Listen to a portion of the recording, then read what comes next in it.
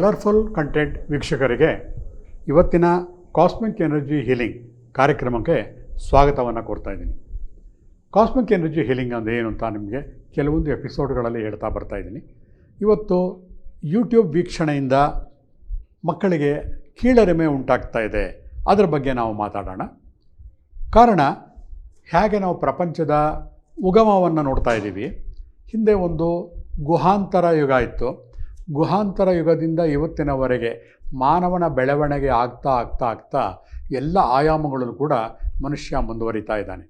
ಇವತ್ತು ನೋಡಿ, ಸಾಮಾಜಿಕ ಜಾಲತಾಣದಲ್ಲಿ ಬಹಳ ಮುಖ್ಯ ಪಾತ್ರವನ್ನು ವಹಿಸ್ತಾ ಇರೋದು ಅಂತಂದರೆ ಯೂಟ್ಯೂಬ್ ವೀಕ್ಷಣೆ.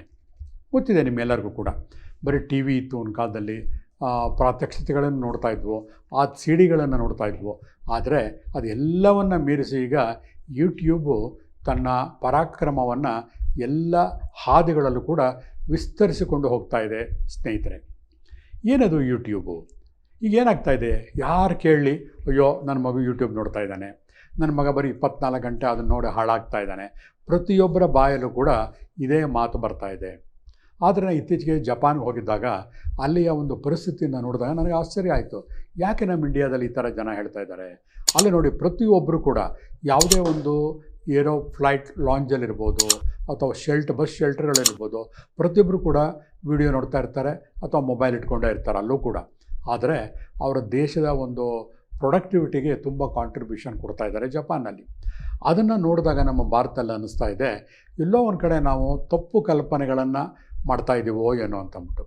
ಮಕ್ಕಳು ಯಾವ ಮಟ್ಟಕ್ಕೆ ಬಂದುಬಿಟ್ಟಿದ್ದೀವಿ ನಾವೀಗ ಅಂತಂದರೆ, ಹದಿಹರೆಯದ ಮಕ್ಕಳು ಮನೆಯಲ್ಲಿದ್ದು ಏನಾದ್ರು 24 ಗಂಟೆ ಯೂಟ್ಯೂಬ್ ನೋಡ್ತಾ ಇತ್ತು ಅಂತಂದರೆ ತಂದೆ ತಾಯಿಯವರು ಅಥವಾ ಹಿರಿಯರು ಏನು ಹೇಳ್ತಾರೆ, ಅಯ್ಯೋ ಮೊದಲು ಬೇರೆ ಕೆಲಸ ಕೊಡು, ಅವನಿಗೆ ಹೋಗಿ ಹಾಳಾಗ್ತಾ ಇದ್ದಾನೆ ಅಂತ ಹೇಳ್ತಾ ಇದ್ದೀವಿ.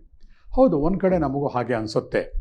ಈಗ ಏನಾಗ್ತದೆ ಅಂದರೆ, ಯಾವಾಗಲೂ ಯೂಟ್ಯೂಬ್ ಬಗ್ಗೆನೇ ನೋಡ್ತಾ ಇದ್ದಾಗ ಮಕ್ಕಳುಗಳು ವಿದ್ಯಾಭ್ಯಾಸದ ಕಡೆ ಗಮನವನ್ನು ಕಡಿಮೆ ಮಾಡ್ತಾ ಇದ್ದಾರೆ. ಹೌದಲ್ವಾ? 24 ಗಂಟೆ ಓದಬೇಕು, ಉರು ಹೊಡಬೇಕು, ಅಥವಾ ಓದಿದ್ದನ್ನು ಪದೇ ಪದೇ ಅವಲೋಕನಗಳನ್ನು ಮಾಡಬೇಕು. ಅದು ಬಿಟ್ಟು ಯೂಟ್ಯೂಬ್ ನೋಡ್ತಾ ಕೂತಿದ್ದಾರೆ. ಅದು ಒಂದು ನಿಜ.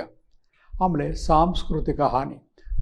ಒಂದು ಕಾಲದಲ್ಲಿ ಹುಡುಗರು ಸ್ಕೂಲ್ ಡೇ ಪ್ರೋಗ್ರಾಮ್ಗಳಾದಾಗ ವಿವಿಧ ರೀತಿಯ ಸಾಂಸ್ಕೃತಿಕ ಡ್ರೆಸ್ಗಳನ್ನು ಹಾಕ್ಕೊಂಡು ಎತ್ನಿಕ್ ಡೇಸ್ ಅಂತ ಅಂದ್ಬಿಟ್ಟು ಬೇರೆ ಬೇರೆ ಕಾರ್ಯಕ್ರಮಗಳನ್ನು ಕೊಡ್ತಾಯಿದ್ರು, ಹಾಡು ಹಸಗಳನ್ನು ಹೇಳ್ತಾಯಿದ್ರು. ಆದರೆ ಯೂಟ್ಯೂಬ್ ಬಂದಾಗಿಂದ ಏನಾಗಿದೆ, ಅದರ ಕಡೆ ಒಲವು ಕಡಿಮೆ ಆಗ್ತಾ ಇದೆ. ಅದರಿಂದ ಒಂದು ಸತಿ ಅನಿಸ್ತಾ ಇದೆ, ಎಲ್ಲೋ ಒಂದು ಕಡೆ ಸಾಂಸ್ಕೃತಿಕ ಹಾನಿ ಆಗ್ತಾ ಇದೆಯೋ ಅಂತ ಅನ್ನಿಸ್ತಾ ಇದೆ. ಅಷ್ಟೇ ಅಲ್ಲ, ನಮಗೆ ಬಹಳ ಬೇಜಾರಾಗೋದು ಯಾವಾಗ ಗೊತ್ತಾ? ಹುಡುಗರುಗಳು, ಹುಡುಗರು, ಚಿಕ್ಕ ವಯಸ್ಸಿನ ಹುಡುಗರು ಅಶ್ಲೀಲ ದೃಶ್ಯಗಳನ್ನು ನೋಡ್ತಾ ಇದ್ದಾಗ ನಮಗನ್ಸುತ್ತೆ, ಯಾವುದು ಜೀವನದಲ್ಲಿ ಮುಚ್ಚುಮರೆ ಮಾಡಬೇಕು, ಯಾವುದನ್ನು ಯಾವ ವಯಸ್ಸಿನಲ್ಲಿ ಅರ್ಥ ಮಾಡ್ಕೋಬೇಕು, ಅದು ಬಿಟ್ಟು ಈ ಚಿಕ್ಕ ವಯಸ್ಸಲ್ಲೇ ಮುಚ್ಚು ಮರೆ ಇಲ್ಲದೆ ಅಶ್ಲೀಲ ಚಿತ್ರಗಳನ್ನು ನೋಡ್ತಾ ಇದ್ದಾರಲ್ಲ, ಇದರಿಂದ ಅವರ ಆರೋಗ್ಯ ಹಾಳಾಗುತ್ತೇನೋ ಅಂತ ಒಂದು ಕಡೆ ಭಯ ಆಗ್ತಾ ಇದೆ. ಅಷ್ಟೇ ಅಲ್ಲ, ಅದರ ಹಿಡಿದಿಟ್ಟುಕೊಳ್ಳುವಂತಹ ಗುಣ. ಹಿಂದೆ ನಿಮಗೆಲ್ಲ ಗೊತ್ತಿದೆ, ಚಂದಮಾಮ ಅಂತ ಒಂದು ಬುಕ್ ಬರ್ತಾಯಿತ್ತು, ಮನೋರಮಾ ಪುಸ್ತಕಗಳು. ಅವೆಲ್ಲ ಏನಪ್ಪ ಅಂದರೆ, ನೋಡ್ತಾನೇ ಇರಬೇಕು ಅನಿಸ್ತಾ ಇರೋದು. ಹಾಗೆ ಯೂಟ್ಯೂಬ್ ಇವತ್ತು ಏನಾಗಿದೆ ಅಂತಂದರೆ, ದೊಡ್ಡವರೇ ಆಗಲಿ ಚಿಕ್ಕವರೇ ಆಗಲಿ ಅದು ನೋಡ್ತಾ ಇದ್ದರೆ ಒಂದಾದರ ನಂತರ ನೋಡ್ತಾನೇ ಇರಬೇಕು ಅಂತ ಒಂದು ಆಸೆ ಉಂಟಾಗ್ತಾ ಇದೆ. ಆವಾಗ ಏನಾಗ್ತಾ ಇದೆ, ಕಣ್ಣಿಗೆ ಮನಸ್ಸಿಗೆ ಎರಡೂ ಕೂಡ ಹಾನಿ ಆಗ್ತಾ ಇದೆ. ಹೌದಲ್ವಾ? ಅಷ್ಟೇ ಅಲ್ಲ, ಅಡಿಕ್ಷನ್ ಆಗ್ತಾ ಇದೆ. ಏನು ಅಡಿಕ್ಷನ್ ಅಂದರೆ, ಯಾವುದೇ ಒಂದು ವಿಷಯವನ್ನು ಪ್ರಾರಂಭದಲ್ಲಿ ಆಸಕ್ತಿಯಿಂದ ನಾವು ಕಲಿತಾ ಹೋಗ್ತಿರ್ತೀವಿ, ಕೊನೆಗೆ ಒಂದು ದಿವಸ ಅದು ನೋಡದೇ ಇದ್ರೂ ಕೂಡ ಆಗೋದೇ ಇಲ್ಲ. ಊಟ ತಿಂಡಿ ಬಿಟ್ಟರಾದ್ರೂ ನೋಡ್ತೀವಿ. ಅದು ಅಡಿಕ್ಷನ್, ಚಟ ಆಗ್ತಾ ಇದೆ. ಇವತ್ತು ಏನಾಗ್ತಾ ಇದೆ ಅಂತಾರೆ, ಮಕ್ಕಳಲ್ಲಿ ಆ ಒಂದು ಯೂಟ್ಯೂಬ್ ನೋಡೋದು ಒಂದು ಅಡಿಕ್ಷನ್ ಆಗ್ತಾ ಇದೆ. ಅಷ್ಟೇ ಅಲ್ಲ, ಓದುವ ಅಭ್ಯಾಸದ ಬದಲಾವಣೆಗಳಾಗ್ತಾ ಇದೆ. ಇವತ್ತು ಯಾವುದೋ ಒಂದು ಚಾನಲಲ್ಲಿ ಯಾವುದೋ ಒಂದು ಕಾರ್ಯಕ್ರಮ ಬರಬೇಕು ಅಂತಂದರೆ ಓದುವ ಸಮಯವನ್ನು ಬದಲಾವಣೆ ಮಾಡಿಕೊಂಡು ಮಕ್ಕಳು ಅದನ್ನು ನೋಡಿ ಆಮೇಲೆ ಪಾಠಗಳನ್ನು ಓದ್ತಾ ಇದ್ದಾರೆ. ಹಾಗಾಗಿ ಅವರ ಒಂದು ಶೆಡ್ಯೂಲ್ ಟೈಮ್ ಅಂತ ಏನಿದೆಯಲ್ಲ, ಓದುವ ಪ್ರಕ್ರಿಯೆಗಳು ಅದು ಕೂಡ ಬದಲಾವಣೆ ಆಗ್ತಾ ಇದೆ. ಅಷ್ಟೇ ಅಲ್ಲ, ಅದೇನು ಮಾಡ್ತಾ ಇರುತ್ತೆ ಅಂದರೆ, ನಿಮಗೆಲ್ಲ ಗೊತ್ತಿದೆ, ಒಂದು ಟಾರ್ಚಲ್ಲಿ ಲೈಟ್ ಬಿಟ್ಟಾಗ ಆ ಲೈಟು ಮುಂದಕ್ಕೆ ಹೋಗುತ್ತೆ. ಆದರೆ ಈ ಒಂದು ಯೂಟ್ಯೂಬ್ ವೀಕ್ಷಣೆಯಿಂದ ಹೊರಗಡೆ ಇರುವಂತಹ ವಿಷಯವು ನಮ್ಮ ತಲೆಗೆ ಬರ್ತಿಲ್ಲ, ಕಣ್ಣುಗಳಿಂದ ಅದನ್ನು ನೋಡ್ತಾ ಇರ್ತೀವಿ. ತಲೆ ಖಾಲಿ ಆಗ್ತಾ ಇದೆ, ತಲೆಯ ಒಳಗಡೆ ಹೋಗ್ತಾ ಇಲ್ಲ. ಪುಸ್ತಕಗಳನ್ನು ಓದಿದಾಗ ವಿಷಯಗಳು ತಲೆಗೆ ಹೋಗುತ್ತೆ. ಆದರೆ ಯೂಟ್ಯೂಬ್ ವೀಕ್ಷಣೆ ಮಾಡಿದಾಗ ಮೈಂಡು ಹೊರಗಡೆ ಕಾನ್ಸಂಟ್ರೇಟ್ ಮಾಡುತ್ತೆ. ಹಾಗಾಗಿ ಯೂಟ್ಯೂಬ್ ವೀಕ್ಷಣೆಯನ್ನು ಮಾಡ್ತಾ ಮಾಡ್ತಾ ಮಾಡ್ತಾ ಸುಮಾರು ಜನ ಕಣ್ಣಿನ ತೊಂದರೆಗಳನ್ನು ಅನುಭವಿಸ್ತಾ ಇದ್ದಾರೆ, ಮಾನಸಿಕ ತಲೆನೋವುಗಳನ್ನು ಅನುಭವಿಸ್ತಾ ಇದ್ದಾರೆ. ಅಷ್ಟೇ ಅಲ್ಲ, ಎಷ್ಟೋ ಸತಿ ಈ ಅಡ್ವರ್ಟೈಸ್ಮೆಂಟ್ಗೋಸ್ಕರ ನೋಡುವಂತಹ ದೃಶ್ಯಾವಳಿ ಇದೆಯಲ್ಲ, ಅದು ಎಮೋಷನಲ್ ಆಗಿರುತ್ತೆ. ಈ ಒಂದು ಜಾಮೂನಲ್ಲಿ ತುಂಬ ಮೃದುವಾಗಿರುವಂತಹ ಬಣ್ಣ ಬಣ್ಣದ ಜಾಮೂನುಗಳನ್ನು ತೋರಿಸ್ತಾರೆ. ಅದಕ್ಕೆ ಕೆಲವು ಪದಗಳನ್ನು ಸೇರಿಸಿ ಭಾವವನ್ನು ಉದ್ವೇಗ ಮಾಡುವಂತಹ ಕೆಲವು ವಿಷಯಗಳನ್ನು ಸೇರಿಸಿರ್ತಾರೆ. ಆ ಹುಡುಗರಿಗೆ ಏನಾಗುತ್ತೆ ಅಂತಂದರೆ, ಮನೆಯಲ್ಲೇ ಮಾಡಿದ್ರು ಕೂಡ ಅದೇ ಜಾಮೂನು ಅವ್ರಿಗೆ ಇಷ್ಟ ಆಗೋದಿಲ್ಲ. ಯಾಕಂದರೆ ಅಲ್ಲಿ ನೋಡಿರುತ್ತಲ್ಲ ದೃಶ್ಯ ಮಾಧ್ಯಮಗಳಲ್ಲಿ ಕಲರ್ಫುಲ್ ಆಗಿರುತ್ತಲ್ಲ, ಅದು ನೋಡಿ ಅದೇ ಥರ ಇಷ್ಟಪಡ್ತಾರೆ. ಅದು ಅಷ್ಟಕ್ಕೆ ನಿಲ್ಲುತ್ತಾ, ಹೆಣ್ಣು ಹೊನ್ನು ಮಣ್ಣು ಎಲ್ಲದರ ಬಗ್ಗೆ ಕೂಡ ಆ ಭಾವನೆಗಳು ಅವ್ರ ತಲೆಯೊಳಗೆ ತುಂಬ್ಕೋತಾ ಇದೆ. ಸುಳ್ಳು ಸುದ್ದಿಗಳನ್ನು ಹರಡಿಸ್ತಾ ಇದ್ದಾರೆ. ಯೂಟ್ಯೂಬ್ಗಳಲ್ಲಿ ಕೆಲವು ಸಂದರ್ಭದಲ್ಲಿ ಹಾಗಾಗ್ಬಿಡುತ್ತೆ, ಹೀಗಾಗ್ಬಿಡುತ್ತೆ, ನಿಮ್ಮ ತಲೆಯ ಕೂದಲು ಉದುರೋದಕ್ಕೆ ಇದನ್ನು ಉಪಯೋಗಿಸಿ, ಅದನ್ನು ಉಪಯೋಗಿಸಿ, ಈ ರೀತಿ ಒಂದು ವ್ಯಾಪಾರದ ಮನೋಭಾವದಿಂದ ಕೆಲವು ವಿಷಯಗಳನ್ನು ಹರಡುವಿಕೆಯನ್ನು ಉಂಟು ಮಾಡಿ ಜನಗಳಲ್ಲಿ ಫೇಕ್ ನ್ಯೂಸ್ಗಳನ್ನು ಹರಡ್ತಾ ಇದ್ದಾರೆ. ಅಷ್ಟೇ ಅಲ್ಲ, ಈ ಅಡ್ವರ್ಟೈಸ್ಮೆಂಟ್ ಇದೆಯಲ್ಲ, ನಮ್ಮೊಂದು ಭ್ರಮಾಲೋಕಕ್ಕೆ ಕರ್ಕೊಂಡು ಹೋಗ್ತಾ ಇದೆ. ಭ್ರಮಾಲೋಕ ಅಂತಂದರೆ, ಪ್ರಪಂಚ ಅಂದರೆ ಹಾಗೂ ಇರುತ್ತೆ, ಇವತ್ತಿಷ್ಟು ದುಡ್ಡು ಕೊಟ್ಬಿಟ್ರೆ 5 ಸ್ಟಾರ್ ಹೋಟ್ಲಲ್ಲಿ ನಾವು ಆರಾಮಾಗಿ ನಿದ್ದೆ ಕಳೀಬೋದು. ಆದರೆ ಅದೇ 5 ದಿವಸದ ಖರ್ಚನ್ನು ಸಂಪಾದನೆ ಮಾಡಬೇಕಾದ್ರೆ ಎಷ್ಟು ಕಷ್ಟ ಅನ್ನೋದನ್ನು ಯಾವ ಚಾನಲ್ಗಳು ತೋರಿಸ್ತಾ ಇಲ್ಲ ಸ್ನೇಹಿತರೆ. ಇಷ್ಟೆಲ್ಲ ಆಗಿ ಏನಾಗ್ತಾ ಇದೆ ಅಂದರೆ, ಮಾನಸಿಕ ಶಾಂತಿ ಕದಡ್ತಾ ಇದೆ. ಹೌದಾ? ಇಷ್ಟೊತ್ತವರೆಗೂ ನಾನು ನಿಮ್ಗೇನು ಹೇಳಿದೆ, ಈ ಒಂದು ಯೂಟ್ಯೂಬ್ ವೀಕ್ಷಣೆಯಿಂದ ಆಗುವ ಅನಾನುಕೂಲಗಳು ಏನೇನು? ಮಕ್ಕಳಿಗೆ ಒಂದು ಅಪರಾಧಿ ಮನೋಭಾವ ಬರ್ತಾ ಇದೆ, ದೊಡ್ಡವರಿಗೆ ಸೋಮಾರಿಗಳಾಗ್ತಾ ಇದ್ದಾರೆ ಅನ್ನೋ ಪಟ್ಟ ಬರ್ತಾ ಇದೆ, ಹಾಗೆ ಸಮಯವನ್ನು ವೇಸ್ಟ್ ಮಾಡ್ತಾ ಇದ್ದಾರೆ ಅಂತ ಹೇಳ್ತೀವಿ. ಈ ವೇಸ್ಟ್ ಅಂದಾಗ ಒಂದು ವಿಷಯವನ್ನು ನಾವೆಲ್ಲರೂ ಗಮನಿಸಬೇಕು. ಪ್ರತಿಯೊಬ್ಬ ವ್ಯಕ್ತಿಯೂ ಕೂಡ ರಾತ್ರಿ ಮಲಗಿ ಬೆಳಗ್ಗೆ ಎದ್ದ ತಕ್ಷಣವೇ ಅವನ ಜೀವನದಲ್ಲಿ 1 ದಿವಸ ಆಯುಸ್ಸು ಕಡಿಮೆ ಆಗ್ತಾ ಹೋಗ್ತಾ ಇರುತ್ತೆ. ಹೌದಲ್ವಾ? ನಮ್ಮೆಲ್ಲರನ್ನೂ ಸೇರಿ ಅಂದಮೇಲೆ ಸಮಯದ ಮಹತ್ವ ಎಷ್ಟಿದೆ ಅಲ್ವಾ?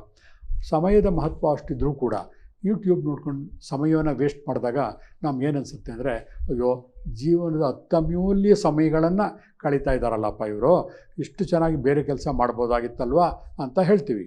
ಆದರೆ ಇವತ್ತಿನ ಕಾರ್ಯಕ್ರಮ ಈ ಒಂದು ಕಲರ್ಫುಲ್ ಚಾನಲಲ್ಲಿ ನಾವೇನು ಕೊಡ್ತಾ ಇದ್ದೀವಲ್ಲ, ಬರೀ ಎಂಟರ್ಟೈನ್ಮೆಂಟ್ ಒಂದೇ ಅಲ್ಲ, ಅದ್ರ ಜೊತೆಗೆ ಜಾಗತಿಕ ಒಂದು ಅವೇರ್ನೆಸ್ ಕ್ರಿಯೇಟ್ ಕೂಡ ನಾವು ಮಾಡ್ತಾಯಿದ್ದೀವಿ. ಖಂಡಿತ ಹೇಳ್ತಾ ಇದ್ದೀನಿ, ಯೂಟ್ಯೂಬ್ ನೋಡುವುದು ಖಂಡಿತ ಒಂದು ಅಪರಾಧ ಅಲ್ಲ. ಯಾಕಂದರೆ ಯಾವುದೇ ವಿಷಯವನ್ನು ಋಣಾತ್ಮಕವಾಗಿ ಚಿಂತನೆ ಮಾಡ್ತಾ ಹೋದಾಗ, ಅಂದರೆ ನೆಗೆಟಿವ್ ಆಗಿ ಲಿಸ್ಟ್ಗಳೇ ಬೆಳೀತಾ ಹೋಗ್ತಾ ಇರುತ್ತೆ. ಒಂದು ಕ್ಷಣ ಅದಕ್ಕೆ ಒಂದು ಪಾಸ್ ಕೊಡೋಣ, ಸ್ವಿಚ್ ಆಫ್ ಮಾಡಿ ಇದರ ಅನುಕೂಲಗಳು ಏನು ಅಂತ ನೋಡೋಣ. ಯೂಟ್ಯೂಬ್ ವೀಕ್ಷಣೆಯಿಂದ ಅನುಕೂಲಗಳು ಏನು ಅದನ್ನು ನಾವು ಒಂದು ತಿಳ್ಕೊಳ್ಳಿ. ಫಾರ್ ಎಕ್ಸಾಂಪಲ್, ನಮ್ಮ ಟೀನೇಜ್ ಹುಡುಗರುಗಳು ಅಶ್ಲೀಲ ಚಿತ್ರಗಳನ್ನು ನೋಡ್ತಾರೆ ಅಂತ ಹೇಳಿದ್ರು. ಆದರೆ ರಿಯಲ್ ಸತ್ಯ ಏನು ಅಂತಂದರೆ, ಖಂಡಿತ ಎಲ್ಲರೂ ಕೂಡ ಆ ಚಾನಲ್ಗಳನ್ನು ನೋಡಲ್ಲ. ಯಾವ ವ್ಯಕ್ತಿಯ DNA ತಂದೆ ತಾಯಿಗಳಿಂದ ಬಂದಿರುತ್ತಲ್ಲೋ ಸ್ವಭಾವ, ಆ ವಂಶಜನ್ಯ ಬಂದಿರುತ್ತಲ್ಲ, ಅಂತಹ ಬುದ್ಧಿ ಇರುವಂತಹ ಮಕ್ಕಳುಗಳು ಮಾತ್ರ ಅಶ್ಲೀಲ ಚಿತ್ರಗಳನ್ನು ನೋಡ್ತಾರೆ ಸ್ನೇಹಿತರೆ. ಇದನ್ನು ಪ್ರಾಕ್ಟಿಕಲಾಗಿ ಎಕ್ಸ್ಪೆರಿಮೆಂಟ್ ಕೂಡ ಮಾಡಿದ್ದೆ 5,000 ಜನಗಳ ಸ್ಟೂಡೆಂಟ್ಗಳ ಮೇಲೆ. ಅದ್ರಲ್ಲಿ ಬಂದಿರುವಂತಹ ರಿಸಲ್ಟ್ ಪ್ರಕಾರ ಎಲ್ಲರೂ ಅಶ್ಲೀಲ ಚಿತ್ರಗಳನ್ನು ನೋಡೋಕ್ಕೆ ಇಷ್ಟಪಡೋದಿಲ್ಲ. ಸಾರಾಸಗಟ ನಾವು ಹೇಳ್ಬಿಡ್ತೀವಿ, ಯೂಟ್ಯೂಬ್ ನೋಡಿಬಿಟ್ಟು ಎಲ್ಲರೂ ಹಾಳಾಗ್ಬಿಟ್ರು ಅಂತ. ಖಂಡಿತ ಸುಳ್ಳು. ಎಷ್ಟೋ ಜನ ಆ ಅಶ್ಲೀಲ ಚಿತ್ರಗಳು ಬಂದಾಗ ಅದನ್ನು ಕಟ್ ಮಾಡಿ ಬೇರೆ ಕಡೆಗೆ ಶಿಫ್ಟ್ ಮಾಡಿದ್ದಾರೆ. ಅಂದರೆ ಯೂಟ್ಯೂಬ್ ವೀಕ್ಷಣೆ ಖಂಡಿತ ಅಪರಾಧ ಅಲ್ಲ. ಒಂದು, ನೀವು ನಿರಾಳವಾಗಿ ಉಸಿರಾಡ್ಬೋದು. ಆಮೇಲೆ ಅವರವರ ಆಸಕ್ತಿಗಳ ಬಗ್ಗೆ ಮಾತ್ರ ನೋಡ್ತಾ ಇರ್ತಾನೆ ವಿನಃ, ಫಾರ್ ಎಕ್ಸಾಂಪಲ್, ಈಗ ಒಂದು ಪರ್ಟಿಕ್ಯುಲರ್ ಡೇ, ಒಂದು ಫ್ರೈಡೇ, ಅವತ್ತು ಒಂದು 400 ಎಪಿಸೋಡ್ಗಳು ಬೇರೆ ಬೇರೆ ಚಾನಲಲ್ಲಿ ಬರುತ್ತೆ. ಯಾವುದೇ ವ್ಯಕ್ತಿ 400 ಎಪಿಸೋಡ್ಗಳನ್ನು ನೋಡಲಿಕ್ಕೆ ಸಾಧ್ಯನೇ ಇಲ್ಲ. ಅವನಿಗೆ ಇಷ್ಟವಾದಂತಹ ಯಾವುದೋ ಒಂದು ಸಬ್ಜೆಕ್ಟ್ ಇರುತ್ತೆ, ಅವನ ಮನಸ್ಸಿನಲ್ಲಿ ಅದರ ಭಾವನೆಗಳು ಕೆರಳುತ್ತಿರುತ್ತೆ, ಅಂಥವನ್ನ ಮಾತ್ರ ನೋಡ್ತಾನೆ, ಸ್ಕ್ರಾಲ್ ಮಾಡ್ತಾನೆ, ನೋಡಿಬಿಟ್ಟು ತನಗೆ ಇಷ್ಟವಾದಂತಹ ಮಾತ್ರ ನೋಡ್ತಾನೆ. ಉದಾಹರಣೆಗೆ, ಯಾವುದೋ ಒಂದು ಸಂಸ್ಕೃತ ಪಂಡಿತರ ಮಗ ಇರ್ತಾನೆ, ಅವನಿಗೆ ಸಂಸ್ಕೃತದ ಬಗ್ಗೆ ಜ್ಞಾನ ಇರುತ್ತೆ, ಅವನೇನು ಮಾಡ್ತಾನೆ, ಆ ಚಾನಲ್ ಮಾತ್ರ ನೋಡ್ತಾನೆ, ಶಂಕರ ಚಾನಲ್ ನೋಡ್ತಾನೆ. ಇನ್ನೊಬ್ಬ ಯಾರೋ ಇರ್ತಾನೆ, ಮನೆಯಲ್ಲಿ ಬರೀ ಕಷ್ಟ ನೋಡಿ ಸಾಕಾಗಿರುತ್ತೆ, ಬೆಳಗಿಂದ ದುಡಿದು ಹಣ್ಣಾಗಿರ್ತಾನೆ, ಅವನಿಗೆ ಖುಷಿಯಾಗಿರಬೇಕು, ಅವನು ಮ್ಯೂಸಿಕ್ ಚಾನಲ್ ಮಾತ್ರ ನೋಡ್ತಾನೆ, ಅವನು ಇನ್ನೊಂದನ್ನು ನೋಡೋದಿಲ್ಲ. ಇನ್ನೊಬ್ಬ ಬರ್ತಾನೆ, ಮನೆಯಲ್ಲಿ ಯಾವುದೇ ರೀತಿ ಸುಖ ಸಿಗೋದಿಲ್ಲ, ಅಂಥವನು ಯಾವುದೋ ಆ ತ್ರಿಬಲ್ ಅಂಥವೆಲ್ಲ ನೋಡ್ತಾನೆ. ಇದು ಯಾಕೆ ನಿಮ್ಗೆ ಹೇಳ್ತಾ ಇದ್ದೀನಿ ಅಂದರೆ, ಪ್ರತಿಯೊಬ್ಬ ವ್ಯಕ್ತಿಯೂ ಕೂಡ ಸಾರಾಸಗಟಾಗಿ 400 ಎಪಿಸೋಡು ನೋಡೋದಿಲ್ಲ. ನಾವು ಧೈರ್ಯವಾಗಿರ್ಬೋದು. ಮಕ್ಕಳು ನೋಡೋರು ಕೂಡ, ಕೆಲವು ಮಕ್ಕಳು ಆ ಕಿಡ್ಸ್ ಪ್ರೋಗ್ರಾಮ್ ಅಂತ ಬರ್ತಾ ಅದನ್ನೇ ನೋಡ್ತಿರ್ತಾರೆ, ಕೆಲವರು ನಂಬರ್ ಗೇಮ್ ನೋಡ್ತಾರೆ, ಕೆಲವರು ಗೇಮ್ಗಳು ಆಡ್ತಾರೆ, ಖಂಡಿತ ಅವೆಲ್ಲ ಏನು ಮಾಡುತ್ತೆ ಅಂತಂದರೆ ಬ್ರೈನನ್ನು ಶಕ್ತಿಯುತವನ್ನಾಗಿ ಮಾಡ್ತಾರೆ. ಇಷ್ಟು ದಿವಸ ನೀವೆಲ್ಲ ಏನು ಅಂದ್ಕೊಂಡಿದ್ರೆ, ನಮ್ಮ ಹುಡುಗ ಯಾವಾಗಲೂ ಗೇಮ್ ಆಡ್ತಿರ್ತಾನೆ. ಹೌದು, ಗೇಮ್ ಆಡ್ತಿರ್ತಾನೆ, ಸಮಯ ವೇಸ್ಟ್ ಮಾಡ್ತಾ ಇರ್ತಾನೆ. ಆದರೆ ಅದರ ಪಾಸಿಟಿವ್ ಏನಾದ್ರು ಯೋಚನೆ ಮಾಡಿದ್ದೀರಾ? ಸೈಂಟಿಫಿಕ್ ಆಗಿ ಪ್ರೂವ್ ಆಗಿರುವಂಥ ವಿಷಯವನ್ನು ನಾನು ನಿಮಗೆ ರಹಸ್ಯ ಸ್ಫೋಟವನ್ನು ಮಾಡ್ತಾಯಿದ್ದೀನಿ. ಯಾವ ವ್ಯಕ್ತಿ ತನ್ನ ಬ್ರೈನಿನ ಚಲನೆಯನ್ನು ಪದೇ ಪದೇ ಮಾಡ್ತಾ ಇರ್ತಾನೆ, use it or lose it ಅಂತ ಪದೇ ಪದೇ ಬ್ರೈನನ್ನು ಯೂಸ್ ಮಾಡ್ತಾ ಇದ್ದಾಗ ಅದು ಇನ್ನೂ ಶಾರ್ಪ್ ಆಗ್ತಾ ಹೋಗ್ತಾ ಇರುತ್ತೆ. ಈ ಗೇಮ್ ಆಡೋದು ಹಾಗೇ, ಆ ಗೇಮ್ ಆಡುವಾಗ ಮಕ್ಕಳು ಎಷ್ಟು ಫಾಸ್ಟಾಗಿ ಆಡ್ತಿರ್ತಾರೆ ನೋಡಿ, ಕುತೂಹಲದಿಂದ ಫಾಸ್ಟ್ ಮೂಮೆಂಟ್ಗಳು. ಆ ಥರ ಮಾಡಿ ಮಾಡಿ ಮಾಡಿ ಅವರು ಹಾಳಾಗೋದಿಲ್ಲ, ಅದ್ರ ಬದಲು ಬ್ರೈನ್ ಇನ್ನೂ ಚುರುಕಾಗ್ತಾ ಹೋಗ್ತಾ ಇರುತ್ತೆ. ಕೆಲವರು ಕೇಳ್ತಾರೆ, ಒಂದು ಗಾದೆ ಇತ್ತು ಹಿಂದೆ, 60 ಆದಮೇಲೆ ಅರಳೋ ಮರಳೋ. ಅದು ನಿಜ ಆಗಿತ್ತು ಒಂದು ಕಾಲದಲ್ಲಿ, ಈಗ ಅವೆಲ್ಲ ಸುಳ್ಳು ಅನ್ನಿಸ್ತಾ ಇದೆ ನೋಡಿ. 60 ವರ್ಷ ಆದ ತಕ್ಷಣವೇ ಅರಳು ಮರಳು ಆಗಿದ್ದಾರೆ. ಇವತ್ತು ನಮ್ಮ ದೇಶದಲ್ಲೇ ತಗೊಳ್ಳೋಣ, ಎಷ್ಟೋ ಜನ ದೊಡ್ಡ ದೊಡ್ಡ ಜಡ್ಜ್ಗಳಿದ್ದಾರೆ, ಮುಖ್ಯ ನ್ಯಾಯಾಧೀಶರುಗಳು, ಅವರೆಲ್ಲ ಅರಳು ಮರಳಾಗಬೇಕಾಗಿತ್ತು. ಆಗಲ್ಲ. ಹಾಗೆ ನ್ಯಾಯಾಂಗ ಅಂದರೆ ಎಷ್ಟು ದೊಡ್ಡ ವಿದ್ಯೆ ನಡೆಯೋದು. ಅದನ್ನು ಅವತ್ತಿನ ವಿಷಯವನ್ನು ಗ್ರಹಿಸಿ, ಆ ಪುಸ್ತಕಗಳನ್ನು ಅವಲೋಕಿಸಿ, ಒಂದು ಅಪ್ ಟು ಡೇಟ್ ನಾಲೆಡ್ಜ್ ಇರಬೇಕು. ಪ್ರತಿ ದಿವಸನೂ ಓದ್ತಾನೇ ಇರಬೇಕು ಕೇಸ್ ಲಾಸ್ಗಳು. ಅಂತಹ ಒಂದು ಜಡ್ಜು 60-70 ವರ್ಷ ಆದರೂ ಕೂಡ ರಿಟೈರ್ಡು ಆಗಿರೋದಿಲ್ಲ, ಜೊತೆಗೆ ಅವನು ನ್ಯಾಯವನ್ನು ಕೊಡ್ತಾ ಹೋಗ್ತಿರ್ತಾನೆ. ಅಂದರೆ ಬ್ರೈನಿನ ಗುಣ ಏನು ಅಂತಂದರೆ, ಉಪಯೋಗ ಮಾಡ್ತಾ ಮಾಡ್ತಾ ಮಾಡ್ತಾ ಅದು ಚುರುಕಾಗ್ತಾ ಹೋಗ್ತಾ ಇರುತ್ತೆ. ಆ ನಿಟ್ಟಿನಲ್ಲಿ ಯೂಟ್ಯೂಬ್ ಇರ್ಬೋದು, ಮತ್ತೊಂದಿರ್ಬೋದು, ಆ ನಂಬರ್ ಗೇಮ್ಗಳು ಆಡ್ತಾ ಇರುವಂಥ ಮಕ್ಕಳುಗಳು ಮಾಮೂಲಿ ಮಕ್ಕಳಿಗಿಂತ ಚುರುಕಾಗಿರ್ತಾರೆ. ಅಷ್ಟೇ ಅಲ್ಲ, ಇಡೀ ಪ್ರಪಂಚವನ್ನು ಅಂಗೈಯಲ್ಲಿ ಹಿಡಿದಿಟ್ಕೋಬೋದು. ಇವತ್ತು ಬರೀ ಬೆಂಗಳೂರು ಇರ್ಬೋದು, ಕರ್ನಾಟಕ ಇರ್ಬೋದು, ಭಾರತ ಇರ್ಬೋದು, ಯಾವುದೋ ದೇಶದ ಆಟ, ಯಾವುದೋ ದೇಶದಲ್ಲಿ ನಡೆಯುವಂತಹ ವಿಷಯಗಳು ಅದನ್ನು ಯೂಟ್ಯೂಬಲ್ಲಿ ಇವತ್ತು ನೋಡ್ಬೋದು. ಹಿಂದೆ ಒಂದು ದೇಶದ ಯಾವುದೋ ಒಂದು ಯಾತ್ರೆಯನ್ನು ಮಾಡಬೇಕು ಅಂತಂದಾಗ ನಾವು ಕಷ್ಟಪಟ್ಟು ದುಡ್ಡನ್ನು ಕೂಡಿಟ್ಕೊಂಡು ಆ ವಿಷಯದ ಜ್ಞಾನವನ್ನು ತಿಳ್ಕೊಂಡು ಅಲ್ಲಿಗೆ ಒಂದು ಯಾತ್ರಾ ಸ್ಥಳಕ್ಕೆ ಹೋಗಿ ಬರ್ತಾಯಿದ್ವು. ಇವತ್ತು ನೋಡಿ, ಯಾವುದೇ ದೇಶದ ಯಾವುದೇ ಪ್ಲೇಸ್ ಇರುತ್ತಲ್ಲ, ಯಾವ ಒಂದು ಕ್ಲೈಮೇಟಲ್ಲಿ, ಯಾವ ಒಂದು ವಾತಾವರಣದಲ್ಲಿ ನಾವು ಅಲ್ಲಿ ಹೋದರೆ ಚೆನ್ನಾಗಿರುತ್ತೆ, ಯಾವ ಟೈಮಲ್ಲಿ ಹೋದಾಗ ಸ್ನೋಫಾಲ್ ಆಗ್ತಾ ಇರುತ್ತೆ, ಹಿಮ ಮಳೆ ಬೀಳುತ್ತೆ, ಎಲ್ಲವನ್ನ ತಿಳ್ಕೊಬೋದು ಯೂಟ್ಯೂಬಲ್ಲಿ. ತಿಳ್ಕೊಂಡು ಆ ಟೈಮಿಗೆ ಸರಿಯಾಗಿ, ಆ ಕ್ಷಣಕ್ಕೆ ಸರಿಯಾಗಿ ಬುಕ್ಕಿಂಗ್ ಮಾಡ್ಕೊ ಹೋಗ್ಬೋದು. ಎಷ್ಟು ಲಾಭ ಇದೆ ನೋಡಿ ಯೂಟ್ಯೂಬ್ಗಳಿಂದ. ಆಮೇಲೆ ಎಲ್ಲ ಎಲ್ಲೆಗಳನ್ನು ದಾಟಿ ಸಂಪರ್ಕವನ್ನು ಏರ್ಪಡಿಸಬಹುದು. ಇವತ್ತು ನಾವಿಲ್ಲಿ ಬೆಂಗಳೂರಿನಲ್ಲಿರ್ತೀವಿ, ಈ ಕಾರ್ಯಕ್ರಮವನ್ನು ದುಬೈನಲ್ಲಿ ಕೂಡ ವೀಕ್ಷಣೆ ಮಾಡ್ತಾ ಇದ್ದಾರೆ, ಮಲೇಷ್ಯಾದಲ್ಲೂ ವೀಕ್ಷಣೆ ಮಾಡ್ತಾ ಇದ್ದಾರೆ, ಕೆನಡಾದಲ್ಲೂ ವೀಕ್ಷಣೆ ಮಾಡ್ತಾ ಇದ್ದಾರೆ. ಹಿಂದೆ ಅವೆಲ್ಲ ಇತ್ತಾ? ಇಲ್ಲ. ಎಲ್ಲೋ ಒಂದು ಕಡೆ ಪ್ರವಚನವನ್ನು ಕೊಟ್ಟಾಗ ಅಲ್ಲಿ ಆರ್ಗನೈಸರ್ ಏನೊಂದು 100-200 ಜನ ಹೇಳ್ತಿದ್ರಲ್ಲ, ಅಷ್ಟು ಜನ ಮಾತ್ರ ಕೇಳಿಸ್ಕೊತಾ ಇದ್ರು. ಬ್ರಹ್ಮಾಂಡ ಅನ್ನೋದು ಎಷ್ಟು ದೊಡ್ಡದಾಗಿದೆ ಅಂತಂದರೆ ಇವತ್ತು ಅದನ್ನು ನಮ್ಮ ಅಂಗೈಯಲ್ಲಿ ಇಟ್ಕೋಬೋದು.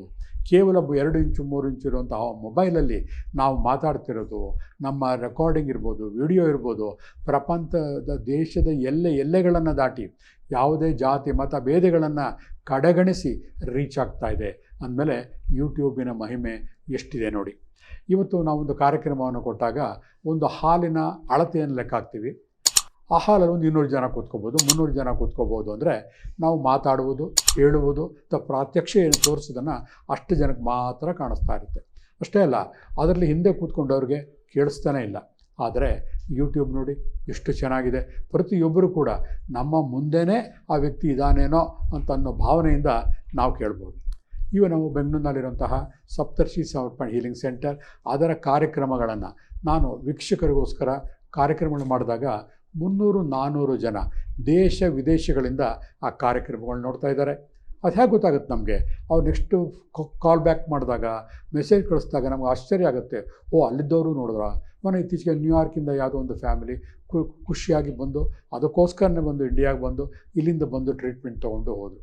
ಇದು ಯಾಕೆ ಹೇಳ್ತಾ ಇದ್ದೀನಿ ಅಂದರೆ, ಯೂಟ್ಯೂಬ್ ಒಂದು ವರದಾನ, ಅದು ಶಾಪ ಅಲ್ಲ. ಅಂದರೆ ಬಳಕೆ ಮಾಡುವ ಅವರ ಕೈನಲ್ಲಿ ಆ ಗುಣ ಇರುತ್ತಲ್ಲ, ಅದರ ಮೇಲೆ ಅದು ಡಿಪೆಂಡ್ ಆಗ್ತಾ ಹೋಗುತ್ತೆ ಸ್ನೇಹಿತರೆ. ಅಂದಮೇಲೆ ಇನ್ಮೇಲೆ ಮಕ್ಕಳಿಗೆ ಯಾರನ್ನೂ ಕೂಡ ಯೂಟ್ಯೂಬ್ ಒಂದು ಶಾಪ, ನೀವು ತಪ್ಪು ಮಾಡ್ತಾ ಇದೆಯಾ ಖಂಡಿತ ಹೇಳಬೇಡಿ. ಅದರ ಬದಲು ಇನ್ನೂ ಬೇರೆ ಬೇರೆ ಯೂಟ್ಯೂಬ್ಗಳನ್ನು ಹೇಳ್ಕೊಡ್ತಾ ಬನ್ನಿ. ಈ ಚಾನಲ್ ನೋಡು, ಇದರಲ್ಲಿ ಈ ಥರ ಇದೆ. ಒಂದು ಗಯಾ ಅಂತ ಒಂದು ಟ್ಯೂಬ್ ಇದೆ, ಅದು ಇಡೀ ಪ್ರಪಂಚದಲ್ಲಿರುವಂತಹ ತುಂಬ ಅತ್ಯುನ್ನತವಾದಂಥ ಒಂದು ವೆಬ್ಸೈಟ್. ಅದು ನೋಡಿದಾಗ ಈ ಅತೀಂದ್ರಿಯ ಶಕ್ತಿ, ಆಮೇಲೆ ಹೊರ ದೇಶದ ಮಾನವಗಳು, ಏಲಿಯನ್ಸ್ಗಳ ಬಗ್ಗೆ ಸಾಕಷ್ಟು ಮಾಹಿತಿಗಳಿವೆ. ಹಿಂದೆ ಒಂದು ಕಾಲದಲ್ಲಿ ಏಲಿಯನ್ಸ್ ಇದೆಯಾ ಅಂತಂದರೆ ಇಲ್ಲ ಅಂತ ಹೇಳ್ತಾಯಿದ್ವು. ಇವತ್ತು 100% ಅದಿದೆ ಅಂತ ನಾಸಾದವರೇ ಹೇಳ್ತಾ ಇದ್ದಾರೆ. ಅದರ ಫೋಟೋಗಳು ಕೂಡ ಪಬ್ಲಿಷ್ ಮಾಡ್ತಾ ಇದ್ದಾರೆ. ಅದರ ಅಪ್ ಟು ಡೇಟ್ ಇನ್ಫಾರ್ಮೇಷನ್ಗಳು ಆ ಗಯಾ GAYA ಆ ಒಂದು ವೆಬ್ಸೈಟಲ್ಲಿ ಸಿಗ್ತಾ ಇದೆ. ನೋಡಿ ಎಷ್ಟು ಚೆನ್ನಾಗಿದೆ. ಅಷ್ಟೇ ಅಲ್ಲ, ಹಿಂದೆ ಒಂದು ಸತಿ ಹೇಳ್ತಾ ಇದ್ವು, ಸಾಂಸ್ಕೃತಿಕ ರಾಯಭಾರಿಯಾಗಿದ್ದಂತಹ ನಮ್ಮ ಮಕ್ಕಳು ಯೂಟ್ಯೂಬಿಂದ ಹಾಳಾಗ್ತಾ ಇದ್ದಾರೆ. ಖಂಡಿತ ಸುಳ್ಳು. ನಿಮ್ಮ ಮಕ್ಕಳು ನಿಮ್ಮ ಶಾಲೆಯಲ್ಲಿ ಒಂದು ಡ್ಯಾನ್ಸು ಭರತನಾಟ್ಯನ ಮಾಡಿದಾಗ ಆ ಶಾಲೆಯಲ್ಲಿರುವಂತಹ 200-300 ಜನ ನೋಡ್ತಾ ಇದ್ದರು. ಈಗ ದೇಶ ವಿದೇಶಗಳಿರುವಂತಹ ಜನರು ತಮ್ಮ ಸಮಯದಲ್ಲಿ ಅದನ್ನು ನೋಡೋಷ್ಟು ಬೆಳೆದಿದೆ. ಅಂದಮೇಲೆ ಲೆಕ್ಕ ಹಾಕಿ ನಿಮ್ಮ ಪರಿಧಿಯ ಎಲ್ಲೇ ಎಷ್ಟು ಮೀರ್ತಾ ಇದೆ ಅಲ್ವಾ. ಇವತ್ತು ಈ ಕ್ಷಣದಲ್ಲಿ ಬೇರೆ ಬೇರೆ ದೇಶಗಳಲ್ಲಿ ಗ್ರಹಣಗಳು ಎಲ್ಲಿ ನಡೀತಾ ಇದೆ, ಸೂರ್ಯ ಎಷ್ಟು ಗಂಟೆಗೆ ಹುಡ್ತಾ ಇದ್ದಾನೆ, ಬರೀ ಇನ್ಫಾರ್ಮೇಷನ್ ಅಷ್ಟೇ ಅಲ್ಲ, ವಿಡಿಯೋ ಮುಖಾಂತರ ಕೂಡ ನಾವು ಗಮನಿಸ್ತಾ ಇದ್ದೀವಿ. ಅಂದಮೇಲೆ ನೋಡಿ ಯೂಟ್ಯೂಬು ಎಷ್ಟು ಅನುಕೂಲ ಆಗ್ತಾ ಇದೆ. ಹಾಗೆ ನಮ್ಮ ಜ್ಞಾನದ ವಿಸ್ತಾರ ಹರವು ದೊಡ್ಡದಾಗ್ತಾ ಮನೆಯಲ್ಲಿ ಮಕ್ಕಳು ಕೂಡ ಆ ಯೂಟ್ಯೂಬನ್ನು ನೋಡೋದನ್ನು ಕಲ್ತ್ಕೋತಾ ಇದ್ದಾರೆ. ಯೂಟ್ಯೂಬ್ ಅವರೇ ಕ್ರಿಯೇಟ್ ಮಾಡ್ತಾರೆ, ಅವರೇ ಒಂದು ಅಕೌಂಟನ್ನು ಓಪನ್ ಮಾಡೋದು ಬರ್ತಾ ಇದೆ. ಅಷ್ಟೇ ಅಲ್ಲ, ಕೆಲವೊಂದು ವೆಬ್ಸೈಟ್ ಚಾನೆಲ್ಗಳನ್ನು ಉಪಯೋಗಿಸಿ ತಮ್ಮ ವಿಡಿಯೋಗಳನ್ನು ತಾವೇ ಎಡಿಟ್ ಮಾಡೋಷ್ಟು ಜ್ಞಾನವನ್ನು ಅವರು ಸಂಪಾದನೆ ಮಾಡ್ತಾ ಇದ್ದಾರೆ. ಮುಂಚೆ ಆಗಿದ್ದರೆ ಅದಕ್ಕೆ ಒಬ್ಬ ಎಕ್ಸ್ಪರ್ಟೈಸ್ ಪರ್ಸನನ್ನು ಹುಡುಕಿ, ತಾಂತ್ರಿಕ ವಿದ್ಯೆಯಲ್ಲಿ ಪರಿಣಿತರನ್ನು ಹುಡುಕಿ ನಾವು ಯೂಟ್ಯೂಬ್ಗಳನ್ನ ಎಡಿಟ್ ಮಾಡಬೇಕಾಗಿತ್ತು. ಹಾಗಾಗಿ ಮಕ್ಕಳಿಗೆ ಜ್ಞಾನವೃದ್ಧಿನೂ ಆಗ್ತಾಯಿದೆ, ಹಾಗೆ ಮಾನಸಿಕ ಒಂದು ಸ್ಥಿಮತೆ ಬರ್ತಾ ಇದೆ. ತಮಗೆ ಯಾವ ವಿಷಯದಲ್ಲಿ ಆಸಕ್ತಿ ಇರುತ್ತೋ ಅದನ್ನು ಕೂಡ ಕಲಿತಾ ಇದ್ದಾರೆ. ಹೇಗೆ ನಾವು ಗೂಗಲ್ ಡ್ರೈವ್ ನೋಡ್ತಾ ಪ್ರಪಂಚದ ಎಲ್ಲ ವಿಷಯಗಳನ್ನು, ಇವಾಗ ChatGPT ಅಂತ ಬರ್ತಾ ಇದೆ, ಎಲ್ಲ ವಿಷಯಗಳನ್ನು ಗ್ರಹಿಸ್ತಾ ಇದ್ದೀವೋ ಅದೆಲ್ಲ ಒಂದು ಕಡೆ ಕೇಳ್ಬೋದು ನೀವು, ಇವೆಲ್ಲ ಬೇಕಾ? ಮನಃಶಾಂತಿಗೆ ಇವೆಲ್ಲ ಕದಡ್ತಾ ಇಲ್ವಾ? ಖಂಡಿತ ಇಲ್ಲ. ಕಾರಣ, ಹೇಗೆ ಭೂಮಿ ತನ್ನ ಅಕ್ಷಾಂಶ ರೇಖಾಂಶಗಳನ್ನು ಬದಲಾಯಿಸಿ ಸುತ್ತಾ ಇದೆಯೋ ಮನುಷ್ಯನ ಗ್ರಹಣ ಶಕ್ತಿಗಳು ಕೂಡ ಹಾಗೇ ಬದಲಾಗ್ತಾ ಇದೆ. ಹಿಂದೆ ಯಾವುದೋ ಒಂದು ಕಾಲದಲ್ಲಿ ಒಂದು ಗಾಯತ್ರಿ ಮಂತ್ರವನ್ನು ಕಲಿಬೇಕು ಅಂತಂದರೆ ಒಬ್ಬ ಋಷಿಗಳ ಮನೆಯಲ್ಲಿ ಕೂತು 1 ವರ್ಷ ಅವರಿಗೆ ಸಹಾಯವನ್ನು ಮಾಡಿಕೊಂಡು ನಾವು ಕಾರ್ಯಕ್ರಮವನ್ನು ಕಲಿತಾ ಇದ್ವು, ಯಾವುದೋ ಒಂದು ಪದ್ಯಗಳನ್ನು ಕಲಿತಾ ಇದ್ವು. ಈ ಕಾಲ ಬದಲಾವಣೆ ಆಗಿದೆ. ಯಾವುದೋ ಒಂದು ಕ್ಯಾಸೆಟ್ ಅಥವಾ ಒಂದು CD ಹಾಕಿ ಯಾವ ಒಂದು ಗ್ರಂಥಗಳನ್ನು ಕೂಡ ನಾವು ಮನನ ಮಾಡ್ಕೋಬಹುದು. ಹಾಗಾಗಿ ಮನುಷ್ಯನ ಗ್ರಹಣ ಶಕ್ತಿ ಕೂಡ ಇಂಪ್ರೂವ್ ಮಾಡೋಕ್ಕೆ ಯೂಟ್ಯೂಬ್ ಸಹಕಾರಿಯಾಗ್ತಾ ಇದೆ. ಯಾವುದೇ ಆಯಾಮದಲ್ಲೂ ಕೂಡ ಅದರಿಂದ ಒಳಿತು ಕೆಡುತುಗಳನ್ನು ನಾವು ತೂಕ ಹಾಕಿ ನೋಡಿದಾಗ ಒಳಿತೇ ಜಾಸ್ತಿ ಕಾಣಿಸ್ತಾ ಇದೆ. ಆಮೇಲೆ ಎಷ್ಟು ವೇಗವಾಗಿ ತಲುಪುತ್ತೆ ಅಂತಂದರೆ ನಿಮಗೆಲ್ಲ ಗೊತ್ತಿದೆ. ಒಂದು ಉದಾಹರಣೆ, ಇತ್ತೀಚೆಗೆ ಯಾವುದೋ ಒಂದು ಶಾಲೆಯ ಕಾರ್ಯಕ್ರಮಕ್ಕೆ ಹೋಗಿದ್ದೆ. ಶಾಲೆ ಕಾರ್ಯಕ್ರಮ ಒಂದು ತಂದೆ ತಾಯಿಗಳು ಬಂದು ಕೂತಿದ್ರು. ತನ್ನ ಮಗುವಿನ ಒಂದು ಭರತನಾಟ್ಯ ಕಾರ್ಯಕ್ರಮ ಅರಂಗೇಟ್ರಂ ನಡೀತಾ ಇತ್ತು. ಅವರು ಏನು ಸೀರಿಯಸ್ ಆಗಿ ಅದನ್ನು ರೆಕಾರ್ಡ್ ಮಾಡ್ತಾಯಿದ್ರು. ನಾನು ಸುಮ್ಮನೆ ಕೈ ತಟ್ಟಿ ಕೇಳಿದೆ, ಏನಿಟ್ಟು ಸೀರಿಯಸ್ ಆಗಿ ಮಾಡ್ತಾರೆ ಅಂದರೆ, ಮಾತಾಡಬೇಡ ಅಂತಂದರು. ಯಾಕೆ ಅಂತಂದರೆ ಅವರು ನೇರವಾಗಿ ಕಾರ್ಯಕ್ರಮವನ್ನು ಅವರ ಮೊಬೈಲಿಂದ ಕೆನಡಾದಲ್ಲಿರೋ ತಮ್ಮ ಇನ್ನೊಬ್ಬಳು ಮಗಳಿಗೆ ಕಳಿಸ್ತಾ ಇದ್ದಾರೆ. ನೋಡಿ ಎಷ್ಟು ಚೆನ್ನಾಗಿದೆ. ಇಲ್ಲಿ ನಮ್ಮ ಕಣ್ಣು ಮುಂದೆ ನಡೀತಿರುವಂತಹ ಕಾರ್ಯಕ್ರಮವನ್ನು ಈ ಒಂದು ಯೂಟ್ಯೂಬ್ ಮುಖಾಂತರ ಯಾವುದೋ ದೇಶದಲ್ಲಿರುವಂತಹ ಮಕ್ಕಳಿಗಿರಬಹುದು, ಸ್ನೇಹಿತರಿರ್ಬೋದು, ಎಷ್ಟು ವೇಗವಾಗಿ ತಲುಪಿಸ್ಬೋದು ಅಲ್ವಾ. ಇಲ್ಲಿನ ಕಾರ್ಯಕ್ರಮವನ್ನು ರೆಕಾರ್ಡ್ ಮಾಡಿ ನಾವೇನ ನೋಡಿರೋದಿಲ್ಲ, ಅಷ್ಟರೊಳಗೆ ಬೇರೆ ದೇಶದಲ್ಲಿ ಅದು ಹರಿದು ಹಂಚೋಗ್ತಾ ಇರುತ್ತೆ, ಎಲ್ಲ ಕಡೆ ಕೂಡ ಸ್ಪ್ರೆಡ್ ಆಗ್ತಾ ಇರುತ್ತೆ. ಇತ್ತೀಚೆಗೆ ನಮ್ಮ ದೇಶದ ದೊಡ್ಡ ದೊಡ್ಡ ಪ್ರತಿಭಾವಂತ ರಾಜಕಾರಣಿಗಳು ಅಷ್ಟೇ ಬೇರೆ ಬೇರೆ ದೇಶಗಳನ್ನು ಭೇಟಿ ಮಾಡಿದಾಗ ಎಷ್ಟು ಕ್ಷಣ ಮಾತ್ರದಲ್ಲಿ ನಮಗೆ ಅಲ್ಲಿ ಆಗು ಹೋಗುಗಳು ಗೊತ್ತಾಗ್ತಾ ಇದೆಯಲ್ಲ. ಅಂದಮೇಲೆ ಯೂಟ್ಯೂಬ್ ಒಂದು ತೊಂದರೆನಾ? ಖಂಡಿತ ಇಲ್ಲ, ಇದೊಂದು ವರದಾನ. ಅಷ್ಟೇ ಅಲ್ಲ, ಇಷ್ಟಕ್ಕೆ ನಿಂತ್ಬಿಡ್ತಾ ಬರೀ ಸಂತೋಷಕ್ಕೆ ಖುಷಿಗೆ ಅಷ್ಟೇ ಅಲ್ಲ, ಮಾರ್ಕೆಟಲ್ಲಿ ಕೂಡ ಅಷ್ಟೇ. ನಿಮ್ದು ಯಾವುದೋ ಒಂದು ಉತ್ಪನ್ನ ಇರುತ್ತೆ, ಎಷ್ಟು ಕ್ಷಣ ಮಾತ್ರದಲ್ಲಿ ಅದರ ವಿಲೇವಾರಿ ಮಾಡ್ಬೋದು ಗೊತ್ತಾ. ಯೂಟ್ಯೂಬಲ್ಲಿ ಒಂದು ಅಡ್ವರ್ಟೈಸ್ಮೆಂಟ್ ಕೊಡ್ತು ಅಂತಂತಂದರೆ, ಒಂದು ಪತ್ರಿಕಾ ವರದಿಗಾರರ ಒಂದು ಚಾಣಾಕ್ಷತನ ಎಷ್ಟು ಚೆನ್ನಾಗಿದೆ ಅಂತಂದರೆ, ಅದನ್ನು ವಿವಿಧ ರಂಗುಗಳಲ್ಲಿ ವಿಚಿತ್ರವಾದಂಥ ಕಲ್ಪನೆಗಳನ್ನು ಮೆರುಗು ಹಾಕಿದಾಗ ನಿಮ್ಮ ಪ್ರಾಡಕ್ಟು ನಿಮ್ಮ ಫ್ಯಾಕ್ಟ್ರಿಯಿಂದ ಪ್ರಾಡಕ್ಟ್ ಬರೋಷ್ಟರೊಳಗೆ ಅದು ಆಗಲೇ ಅಡ್ವಾನ್ಸ್ ಬುಕ್ಕಿಂಗ್ ಆಗೋಗಿರುತ್ತೆ. ಇವತ್ತು ಅಷ್ಟು ಚೆನ್ನಾಗಿದೆ ಯೂಟ್ಯೂಬ್ ಒಂದು ಪ್ರಾತ್ಯಕ್ಷಿತೆ. ಯಾವ ಪುಸ್ತಕವೂ ಕೊಡೋದಷ್ಟು ಅನುಭವವನ್ನು ಕೊಡ್ತಾ ಇದೆ. ಪುಸ್ತಕದಲ್ಲಿ ಕೇವಲ 2 ಡೈಮೆನ್ಷನ್ ಅಂತ ಹೇಳ್ತೀವಿ, ಅಂದರೆ ಕಣ್ಣಿಗೆ ಕಾಣಿಸ್ತಾ ಇರುತ್ತೆ, ಓದ್ತಾ ಇರ್ತೀವಿ, ತಲೆ ಒಳಗೆ ಹೋಗ್ತಾ ಇರ್ತೀವಿ. ಆದರೆ ಯೂಟ್ಯೂಬಲ್ಲಿ 3 ಡೈಮೆನ್ಷನಲ್ ಅಂದರೆ 3 ಆಯಾಮಗಳು. ಕಣ್ಣಲ್ಲಿ ನೋಡ್ತಾ ಇರ್ತೀವಿ, ಧ್ವನಿ ಕೇಳ್ತಾ ಇರ್ತೀವಿ, ಹಾಗೆ 3 ಡೈಮೆನ್ಷನಲ್ ಫೋಟೋ ಕೂಡ ನಮ್ಗೆ ಕಾಣಿಸ್ತಾ ಇರುತ್ತೆ. ಹಾಗಾಗಿ ಎಲ್ಲ ಆಯಾಮಗಳಲ್ಲೂ ಕೂಡ ಯೂಟ್ಯೂಬ್ ಬಹಳ ಬಹಳ ಅನುಕೂಲ ಆಗ್ತಾ ಇದೆ. ಹಾಗೆ ನಾವು ಏನು ಮಾಡಬೇಕು? ಮಕ್ಕಳಿಗೆ ಯೂಟ್ಯೂಬ್ ನೋಡ್ಕೊಳ್ಳಿ ಅಂತ ಬಿಟ್ಬಿಡ್ಬೇಕಾ? ಖಂಡಿತ ಇಲ್ಲ. ನಾವು ಹಿರಿಯರಾಗಿ ಅವರಿಗೆ ಒಂದು ಮಾರ್ಗದರ್ಶನ ಕೊಡಬೇಕು. ಏನು ಈ ಟ್ಯೂಬಿಂದ ಆ ಯೂಟ್ಯೂಬ್ ಚೆನ್ನಾಗಿದೆ, ಆ ವೆಬ್ಸೈಟ್ ನೋಡು ಅಥವಾ ಮತ್ತೊಂದು ನೋಡು, ಈ ರೀತಿ ಅವರಿಗೆ ಹೊಸ ಹೊಸ ಚಾನೆಲ್ಗಳನ್ನು ಪರಿಚಯ ಮಾಡಿಕೊಟ್ಟಾಗ ಖುಷಿಯಾಗಿ ನೋಡ್ತಾರೆ. ಯಾವುದು ಕೂಡ ಹಾನಿ ಅಲ್ಲ ಸ್ನೇಹಿತರೆ. ಕಣ್ಣುಗಳು ಹಾಳಾಗಿತ್ತಂದರೆ ಬರೀ ಪುಸ್ತಕವನ್ನು ಓದರೂ ಕೂಡ ಕಣ್ಣು ಹಾಳಾಗತ್ತೆ, ಸುಮ್ಮನೆ ಕೂತಿದ್ರೂ ಕೂಡ ಕಣ್ಣು ಹಾಳಾಗತ್ತೆ. ಹಾಗಾಗಿ ಇವತ್ತಿನ ವಿಷಯ ಬಗ್ಗೆ ಏನು ಹೇಳ್ತಾ ಇರೋದು, ಯೂಟ್ಯೂಬ್ ಪ್ರಾತ್ಯಕ್ಷಿಕೆ ತುಂಬ ಚೆನ್ನಾಗಿದೆ, ನಿಮ್ಮ ಮಕ್ಕಳಿಗೆ ಎಂಕರೇಜ್ ಮಾಡಿ ಹಾಗೂ ಪ್ರೋತ್ಸಾಹ ಮಾಡಿ ಅಂತ ಹೇಳಿ ಇವತ್ತಿನ ಚಾನಲನ್ನು ಮುಕ್ತಾಯ ಮಾಡ್ತಾಯಿದೆ.